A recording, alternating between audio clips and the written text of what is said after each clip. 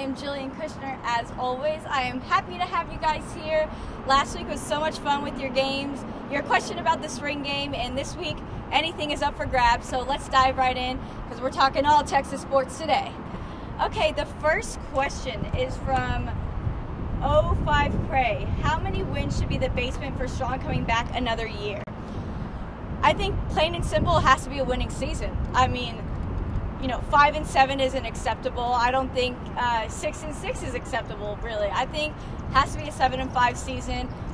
Make it to a bowl game, and if you get that bowl game win, that would just be the icing on the cake. I really don't think, if Texas were to make it to a bowl game, that winning the game would be necessary. Yes, we would all enjoy a bowl game win because it's been a little while since Texas has won one, hasn't it? But I don't think that's necessary. I think if Strong can just get to a bowl game, I think he might be in the clear. I think it's winning season. That's really all he needs. I don't think I'm asking too much out of him. Maybe I am. I don't know. But I think that's all he needs for this one. All right, next question from the Ohio Horn. Over under 7 major wins for Jordan Spieth in his career. True or false, Jordan wins a major this year? I'm taking the over. Jordan has 2 now, and can he win 5 more? Absolutely. He's only 22 years old, guys. I'm going to put that in perspective. He's a year older than me. I haven't accomplished anything, and he's winning majors. It's a hard pill to swallow for me. But I think absolutely he can. I think he'd probably win 8, actually, in his career. I think, is he going to match Tiger? Is he going to get up in the teens? I don't know. I think absolutely he can win 7. I think he can win 8. I want him to surprise me. I want him to win 10. I want him to win 50. You know what? I'm aiming high. 50, Jordan. I'm kidding. But yeah, I'll take the over. And true or false? I'm going to say false, not this year. He should have won the Masters. We all know what happened there. We don't need to talk about it. It was a hard day. Not this year. Not this. I think next year, sure, for sure. Not this year. It's just, I don't know. I don't know what it is with him this year. That the Masters just kind of was like a bad taste. Maybe the U.S. Open, I'm still not big on it. I don't think this year, but next year, absolutely. Okay, next question is from Makila210. Don't know if this has already been talked about, but my question is, now that spring football is over, how many transfers do we lose? Who are some of the guys you feel will leave? I kind of mentioned this before when I was talking about Kyle Oxley. If anyone's to transfer, I think Kyle Oxley is probably the top of my list of who would leave Texas if anybody decides to leave. I also wouldn't be surprised if some receivers left too. I think Jay Norvell left a really bad taste in some of their mouths. A lot of guys last year should have been redshirted, but instead got to play, one play the year and get 1 catch or something like that, and therefore couldn't redshirt. I think DeAndre McNeil could be one of them, Dorian Leonard. I think both those guys are showing a lot of frustration. I think Brian Newsome as well. I think it was very frustrating for them. For Newsome and McNeil their freshman year that they didn't get to play, and they were promised all this big role in the team and XYZ. I think that got messy. I'm kind of surprised Jake Oliver hasn't left already. I thought he was going to leave a long time ago. He's still here, so I'm guessing he's kind of staying. That's probably it for my list of who would leave. I think there's just a lot of frustration on the end of the receivers, and now they have a quarterback who can throw, so maybe we won't have to worry about that, but it's just there's a lot of receivers on this team, and they can't all be used. Next question is from Text Strong, Text Smart. Who will be our next basketball commit, and what is your favorite meme? I'm hoping it's Jared Allen. Really hoping it's Jared Allen. I think he'd be a great addition to this team. I've talked about it before. We went to the same high school, got that connection. He's really taking his time to decide this. I mean, he is taking his time.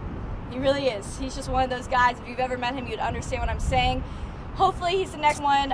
If not, Deshaun Corprew is also considering Texas, but Jared Allen is really Texas's main target right now. They really, really want him, and that's shown. He was at a bunch of the games. Smart went to some of the St. Stephen's basketball games, so I hope Texas gets him. And my favorite meme, I'd have to say the Nick Young face. Yeah, that was a great imitation, but I love that one. I use it probably every day. It's a great meme. Okay, Slimmy BKT. Based on the spring game, who are the most must-have recruits for the next year, excluding current commitments? With the loss of Isaiah Taylor, who are 2 or 3 most must-have recruits, excluding current commitments? Following the spring game, Texas, I've talked about the QB thing for a while. Texas needs a QB. They do have Sam Ehlinger coming in, so obviously he's already in the mix, but add some more.